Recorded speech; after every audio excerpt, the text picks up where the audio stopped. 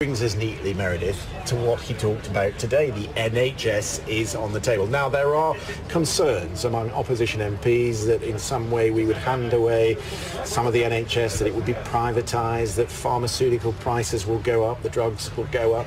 What do you think the truth is? I think it would be very strange for a trade agreement to try to require a privatization of a public service. So there's no real reason why they could force some type of privatization of the NHS. That's just a bizarre sort of first starter. It could be that they want to negotiate reductions in pharmaceutical tariffs, better access to be able to sell American drugs in the UK, but to try to privatize the NHS is a very weird type of request, and it might be something the president hasn't completely thought through.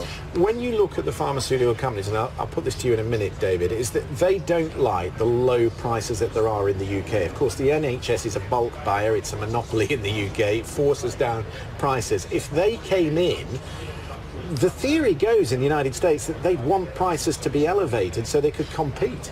Well, of course they'd want prices to be elevated because they want to make a profit. They have an obligation to their shareholders.